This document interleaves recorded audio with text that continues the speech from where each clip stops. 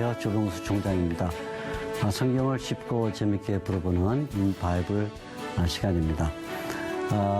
지금까지 우리가 성경의 역사를 보면서 율법 그리고 또 선지자 이렇게 생각을 했는데 구약 성경은 세 부분으로 이루어져 있습니다.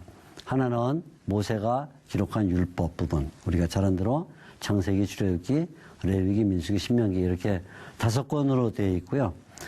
그 다음에 이제 역사서이면서 또 선지자들의 내용이 들어있는 여호수아서부터 많은 내용이 이제 선지서라고 우리가 부르는데, 지난 시간 말씀드린 것처럼 선지서 가운데는 원시 선지자도 있고, 또 성경을 기록한 선지자도 있고, 또 그 가운데는 아주 큰 인물인 이사야, 예레미야, 에스겔 같은 선지자도 있고, 또 작은 성경을 기록한 호세아로부터 말라기까지 12명의 선지자도 있는 것을 우리가 배웠습니다. 그런데 이렇게 성경은, 구약 성경은 첫째 큰 부분이 율법 되어 있고, 두 번째 부분이 선지서가 있다면 남은 부분이 하나 있습니다. 그것은 우리가 보통 거룩한 글들 이렇게 이제 부르는데, 성문서, 거룩한 글 이렇게 부르는데, 그것은 주로 시가서라고도 부르기도 합니다. 여기는 이제 욥기와 시편과 잠언과 전도서 이렇게 들어있게 되는데, 때로는 아가서가 들어가기도 하고 애가서가 들어가기도 하지만, 대표적으로 이제 시편, 잠언, 전도, 욥기, 시편, 잠언, 전도 이렇게 이제 우리가 얘기를 하게 되는데요.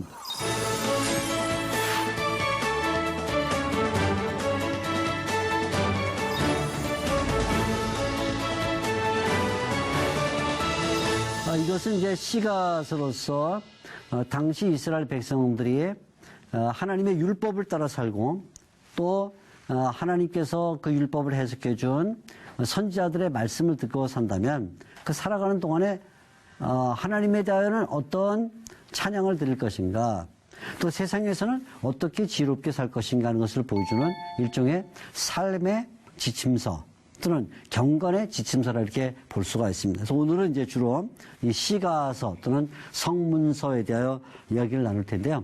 먼저 오늘 우리가 나눌 이야기는 각 책들, 그러니까 욥기, 시편, 잠언, 전도서가 각각 개략적으로 어떤 내용을 담고 있는가 하는 것을 보면서, 하나님이 율법을 통해서 또 선지자들의 해석과 함께 그 말씀을 들은 이스라엘 백성들이 어떻게 사는 것이 옳은가 하는 것을 보여준 그 삶의 도리를 생각을 해보려고 합니다. 삶의 도리. 신자의 삶의 도리가 무엇이냐 하는 것은 바로 이 시가서의 여러 면으로 잘 들어 있습니다. 가장 먼저 이 시가서, 특히 성문서에서 등장하는 것은 욥기가 되는데, 이 욥기의 구조를 먼저 잠깐 보면요. 욥기는 크게 한 3가지 내용 정도로 되어 있습니다. 첫째는 1장에서 3장까지는 서론 부분이 들어있고, 그 다음에 4장에서 31장은 욥을 중심으로 해서 세 사람의 친구들이 논쟁하고, 마지막에 엘리후라는 사람이 등장해서 그 논쟁에 가담하는 이런 내용으로 되어 있어서, 첫째 논쟁 4장에서 14장, 둘째 논쟁 15장에서 21장, 그리고 셋째 논쟁 20장에서 31장 이렇게 되어 있고, 맨 마지막에 이 논쟁이 끝난 다음 하나님께서 직접 음성으로 욥에게 말씀하시는 하나님의 말씀이 나옵니다. 38장에서 42장 9절까지 나오고, 그 다음에 마지막에는 이제 결론부로 결국 욥이 어떻게 되었는가 하는 욥의 그 최후를 진술해 주고 있는 내용이죠. 그래서 크게 이제 한 3가지 내용과 함께 마지막 결론이 이렇게 되어 있는데요. 오늘 욥기를 보게 되면 욥에는 이제 가장 먼저 서론에서는 2번에 걸쳐서 사탄이 하나님을 대적하여서 욥을 시험하는 것을 하나님의 허락받는 장면이 나옵니다. 천상회의가 이제 보여주죠. 천상회의가 있고, 그리고는 하나님이 계시고, 그 좌우에 하나님의 아들들, 그 천사들이 옹이하고 있고, 그때 사탄이 등장을 합니다. 그래서 사탄이 등장해서 하나님과 대화를 나눌 때 하나님이 사탄에게 물었습니다. 세상을 다니면서 욥이라는 사람을 주목하여 보았느냐 이렇게 말합니다. 그때 사탄이 욥이 하나님으로부터 칭찬받는 것을 들으면서 욥이 그냥 그렇게 사는 게 아니다. 하나님께서 많은 것을 보장해 주시기 때문에 그렇게 하나님을 경외하는 것이다. 그래서 욥이 만일에 그런 보장을 받지 않으면 그도 역시 한 인간으로 끝날 것이다. 이렇게 말하므로 하나님이 사탄에게 욥을 시험할 것을 허락하는 것이요. 2번 나오는 말씀이 되겠는데요. 그래서 드디어 욥은 심각한 그 환난 가운데 빠지게 됐죠. 그래서 재산을 잃어버리게 되고 가족을 잃어버리게 되고 또 부인이 떠나고 심지어는 자기 몸에 욕창이 생겨서 결국 그 가려움증으로 자기 몸을 기관장으로 긁는 그런 심각한 일이 생기고 마지막에는 친구들까지 합세해서 욥을 공격하는 이런 논쟁이 왔습니다. 그러니까 첫째는 재물을 잃어버리고 둘째는 가족을 잃어버리고 세 번째는 건강을 잃어버리고 네 번째는 사회적 관계까지 잃어버리는 이런 막대한 손실이 욥에게 찾아오게 됐습니다. 욥이 이런 그 상태에서 자기의 생일과 자기의 태어난 것을 저주하는 그런 장면까지 나오게 됩니다. 하나님에 대한 인정과 함께 그러나 자기의 삶의 그 고통을 이렇게 설명하는 것이죠. 그래서 4장부터는 이제 논쟁이 시작되는데 이때는 엘리바스라는 사람, 빌닷, 소발이라는 세 명의 친구가 먼 거리에서 찾아와서 욥과 논쟁을 합니다. 처음에는 욥을 위로하기도 하지만 그러나 결국은 욥이 이런 고통을 당하는 것은 스스로 그가 죄를 졌기 때문에 이렇게 당하는 것이다. 그래서 여자에게서 난 자는 아무도 의로운 자가 없다. 그렇게 말하면서 욥이 고통당하는 것은 결국 욥이 행했던 어떤 잘못 때문이다. 이렇게 지적을 하면서 자업자득 논쟁이 나오게 됩니다. 이런 논쟁이 이제 오랜 시간 지나가면서 하나님께서 38장 1절부터 말씀을 시작하죠. 그래서 하나님이 천지를 창조하신 것도 하나님, 우주를 다스리는 것도 하나님이다 말씀하시면서 하나님의 주권에 대한 설명이 나오게 됩니다. 그리고 결국은 마지막에 욥을 회복시키면서 친구들에 의하여 기도하게 하고 또 가정을 회복시켜주고 재물을 회복시켜주는 이런 장면이 이제 나오게 되는 것이죠. 자, 우리는 욥기를 통해서 몇 가지 중요한 내용들을 배우게 되는데 가장 먼저 욥기에 나오는 이 그 진술들 가운데 우리가 오해해서는 안 될 것이 있습니다. 욥의 친구들 그러니까 이 엘리바스와 그리고 빌닷과 소발이 욥에 대하여 굉장히 비판적이고 공격적인 얘기를 할 때 욥이 그에 대해 방어를 하거든요. 욥이 방어를 합니다. 그리고 그들의 발언이 잘못됐다 이렇게 또 반박을 하기도 합니다. 근데 우리는 그때 이 욥의 친구들이 하는 이 말을 욥의 입장에서는 받아들이기 어려운 거예요. 왜냐하면 욥은 지금 고난을 당하고 있죠. 재산도 가족도 건강도 다 뺏긴 이런 상태에서 이 친구들의 말을 들을 때 이 말을 인정할 수가 없었어요. 욥은 그 고난의 현장이기 때문에. 그러나 이 욥기의 친구들이 말하는 내용은 근본적으로 보면 하나님이 계시하신 진리가 그 속에 들어 있습니다. 그래서 우리는 욥의 말만 진리가 아니라 욥의 친구들이 욥을 비판하는 말 가운데도 하나님의 계시가 들어있다고 인정을 해야 되는 것입니다. 그 말 가운데도 하나님께서 우리에게 전달해 주려는 중요한 메시지들이 들어있죠. 단지 그것을 욥이 그 환경에서 고난의 장소에서 받아들이기가 어려웠던 것일 뿐인 것입니다. 욥을 읽다 보면 이제 고난에 대한 이야기가 나오는데 고난. 욥에게 찾아올 고난은 사실 욥 자신이 이해할 수 없는 고난이었어요. 원인도 모르고요.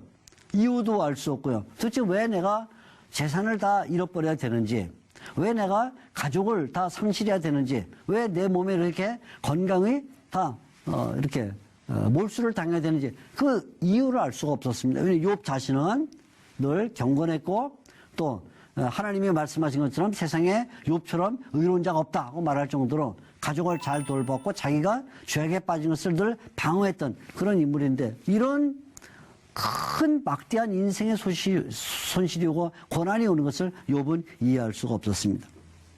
그래서 하나님이 이 욥에 대한 고난을 정해놓은 것이죠. 우리가 이걸 이제 욥이 아무런 불의를 저지르지 않았다고 주장함에도 불구하고 하나님이 사탄을 통해서 베푼 시험이기 때문에 이것을 가리켜서 하나님이 정하신 고난이다. 그래서 우리가 신정론이다 이렇게 말해요. 신정론. 하나님께서 품으신 그 생각이 욥에게 드디어 실현된 것이다. 그러니까 욥은 신정론 가운데 고난을 당하고 있습니다.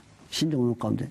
그래서 이 고난을 당하는 이 자체가 욥에게는 도저히 이해가 될 수가 없었어요. 그래서 욥은 자기가 당하는 이 고난을 마치 뭐가 같으냐면 불 속에 들어가서 단련받는 금과 같다 그렇게 생각을 했습니다. 금을 재련해서 그 순금을 뽑아내기 위해서는 불 속에 집어넣어서 찌꺼기들을 타버리게 하고 순금물이 나와 응고되면 그것이 이제 순금이 되는 것인데 자기가 당하는 이 고난은 정말 너무나 큰 고난이라 불 속에 들어가 있는 것 같다. 그런 이야기를 하게 됩니다.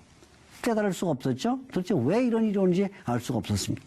그때 욥이 이 신정론을 통해서 한 가지 배운 것이 있습니다. 이것은 하나님께서 자기에게 이런 고난을 주는 것은 비록 그 고난이 힘들고 어려운 것은 사실이지만 그러나 이 고난을 겪고 나면 결국 자기가 얼마나 아름다운 하나님의 작품으로 나오는 것이냐 이걸 알았습니다. 그래서 욥이 이 고난 끝에는 결국은 하나님의 작품이 된다 하는 것을 알았죠. 이 유명한 내용이 바로 욥기 23장 10절에 나오는 말씀인데요. 욥이 스스로 고백한 말씀입니다.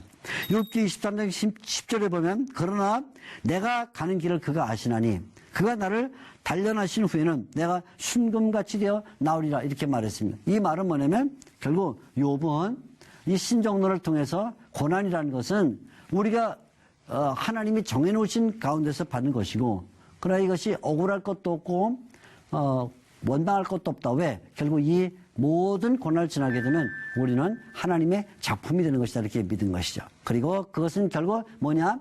사탄의 실패를 의미하는 것입니다. 왜? 사탄은 욥을 고난 가운데 몰아넣음으로써 욥이 멸망할 것을 기대했지만 도리어 욥은 하나님의 그 신정론을 깨달으면서 하나님의 작품으로 거듭나는 것이었기 때문에 그것 자체가 사탄의 실패였어요. 그래서 사탄은 지금도 그렇게 실패를 하는 것입니다. 우리는 이 사실을 이제 우리가 믿으면서 살아야 되겠죠. 자, 이제 우리가 두 번째로 볼 것은 이제 시편이 되겠는데요. 시편 내용은 시편 자체가 너무나 방대한 이제 내용을 갖고 있어요. 시편 150편이 들어있잖아요. 그러니까 굉장히 방대한 내용인데, 먼저 이 시편을 누가 기록했냐 하는 것을 좀 보면요. 시편은 아주 오래전에 모세가 기록한 것입니다. 시편 90편. 모세가 이제 기록을 했고요. 또, 다윗이 기록한 시편이 이제 많죠. 그래서 다윗이 기록한 시편, 또 더 나아가서는 다윗의 아들인 솔로몬이 기록한 시편도 있고 또 다윗의 성전에서 다윗과 솔로몬의 성전에서 섬겼던 고라 자손이라든가 또 아삽 자손들 그리고 에스라인이 앉아서 또 이름은 없지만 곤고한 자가 부르는 노래 뭐 이런 것도 있고 뭐 이런 많은 사람들에 의해서 기록이 됐습니다. 다수가 이제 다윗에 의해서 기록이 됐는데 시편은 150편인데 5권으로 이루어져 있습니다. 그래서 제1권은 1장 1편에서 41편 제2권은 42편에서 72편, 그리고 3권은 73편에서 89편, 그리고 4권은 90편에서 106편, 그리고 마지막 5권은 107편에서 150편 이렇게 기록이 되어 있는데요. 이 시편을 잘 보게 되면 시편에 여러 가지 내용이 여러 가지 종류가 있는 것을 우리가 발견하게 됩니다. 자, 시편에 어떤 종류가 있는가 한번 보겠는데요. 첫째 시편에는 고난의 시가 있습니다. 고난의 시. 뭐냐면 특별히 다윗이 자기 아들 압살롬이 반역을 해서 그 압살롬의 반역으로부터 도망갈 때 부른 시가 있습니다. 고난당하는 시죠. 고난당하는 시. 시편 3편. 또 다윗은 이런 고난 가운데 하나님 앞에 탄원하는 시가 나옵니다. 원수들이 어떻게 나를 압박하고 있는지 그러나 하나님께서만이 나의 힘이 되신다 라고 말하는 탄원 시가 있는데 특별히 사울과 원수에게서 구원을 받았을 때 불렀던 바로 다윗의 시 18편 이런 것이죠. 또 어떤 저주의 시가 있어요. 그래서 원수를 가리켜 개라 또는 뭐 소라 이렇게 부르면서 그들이 늑대처럼 나를 이렇게 다가올 때 그들이 하나님께서 진노의 불을 부어주시기를 바랍니다만 저주 시가 있고요. 어떤 때는 찬양의 시가 있습니다. 하나님께 찬송을 부르는 시죠. 어떤 때는 낙성가, 성전을 짓고 나서 그에 대하여 부른 노래가 있습니다. 또 어떤 때는 사랑의 노래, 시편 45편 경우는 굉장히 놀라운 그 러브송, 그러니까 이 사랑의 노래가 들어있는데요. 멋있는 사랑의 노래가 들어있고요. 또 어떤 경우 시편 51편은 회개신데 다윗이 밧세바의 간음 사건에 대하여 통렬하게 회개하면서 하나님 앞에 드린 눈물의 시가 들어있죠. 모세가 지은 시편 90편, 우리의 인생은 정말 이 분초처럼 빠르게 지나간다 하는 이런 노래를 부르는 인생의 시도 있고, 안식일의 시, 시편 92편, 하나님께서 왕이 되시고 다스린다라고 말하는 통치의 시, 93편에서 90편, 또 104편은 목가의 시죠, 유명한. 그래서 하나님께서 양떼를 산에 입히시는 그 놀라운 장면. 그래서 때를 따라 비를 주시고, 때를 따라 또 수확을 주시는 그 하나님의 은혜, 그걸 말하는 목가시가 있고, 시편 105편과 시편 106편은 역사시입니다. 이것은 하나님께서 어떻게 이스라엘 백성을 선택하셔서 지금까지 이끌어 가신다는 것을 쭉 요약적으로 역사를 말하는 역사시도 있고, 시편 120편에서 134편은 유명한 성전에 올라가는 노래입니다. 그래서 이것은 아마 순례자들이 이제 여러 지방에 흩어져 있다가 성전에 올라올 때에 하나님 앞에 찬송하면서 불러온 것 같은 그런 유명한 시인데, 우리가 잘 아는 대로 형제가 동거하여 연합함이 얼마나 아름다운가 부르는 시편 127편 이런 유명한 시들이 또 들어있죠. 감사시, 여호와의 인자심을 찬송하면서 부른 감사시가 136편에 있고, 150편은 호흡 있는 자마다 여호와를 찬송하라고 말하는 찬송시도 들어있는 것을 우리가 잘 알고 있습니다. 자, 이 시편들 가운데 특별히 우리가 주목을 해야 될 것이 있는데, 이 시편 가운데 특별히 주목해야 될 시 몇 가지는, 첫째는 서시, 시편 1편, 복 있는 사람은 악인들의 꾀를 따르지 아니하고 죄인들의 길에 서지 아니하고 오만한 자들의 자리에 앉지 않습니다. 오직 여호와의 율법을 즐거워하여 그 율법을 주로 묵상합니다. 말하는 이 유명한 서시죠. 서시. 그래서 모든 시편을 이끌어가고 있는 내용입니다. 복 있는 사람이 누군가? 악인의 길을 따르지 않고 여호와의 길을 따르는 사람입니다. 그래서 하나님께서 의인의 길은 인정하시지만 악인의 길은 멸망하리라 말하는 시편 1편 6절의 말씀이 서시로 장식하고 있고, 유명한 목자시, 여호와는 나의 목자시니 내가 부족함이 없으리로다 라고 말하는 목자시, 이것은 역시 우리가 여호와의 성전에 들어갈 때 거기에 영원한 평안이 있다 말하는 23편 6절에 여호와의 집에 영원히 거하리로다 이렇게 끝나는 시죠.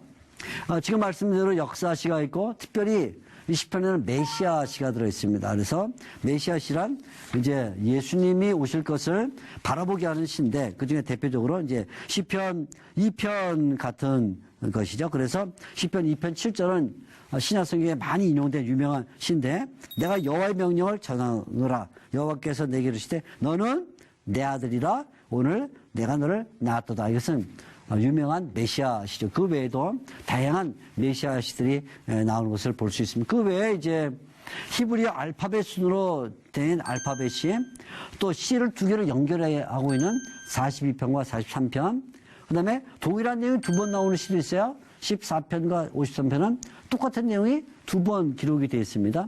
아주 짧은 시, 두 절밖에 안 되는 117편, 긴 시, 176편, 119편, 176절로 되어 있는 긴 시죠. 회개의 시, 아까 말한 대로 바세바 사건, 예배의 시, 오라 우리가 여호와께 경배하자 말하는 회개를 초청하는 시, 그리고 찬양시, 아까 말씀드렸죠.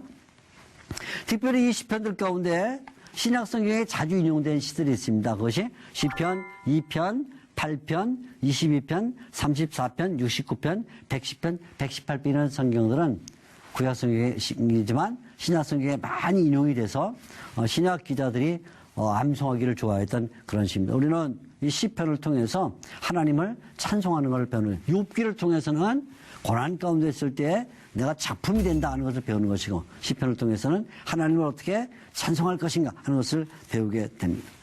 자, 이제 우리 다음 내용은 이제 잠언인데요. 잠언은 3명의 잠언이 모아져 있는 것입니다. 첫째는 솔로몬의 잠언, 그 다음에 두 번째는 아굴의 잠언, 그리고 세 번째는 르무엘의 잠언 이렇게 되어 있는데요. 솔로몬의 잠언이 가장 길죠. 1장에서 99장까지 3단락으로 이루어져 있는 것을 발견하게 됩니다.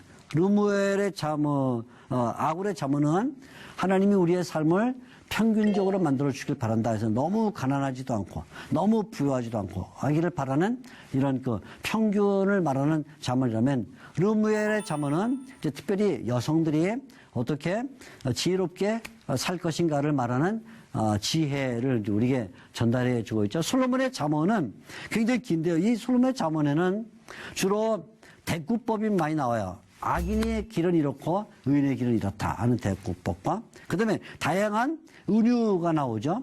좋은 말은 은쟁반에 옥구슬과 같다. 뭐 이런 게 은유가 이제 나오면서 이야기를 진행합니다.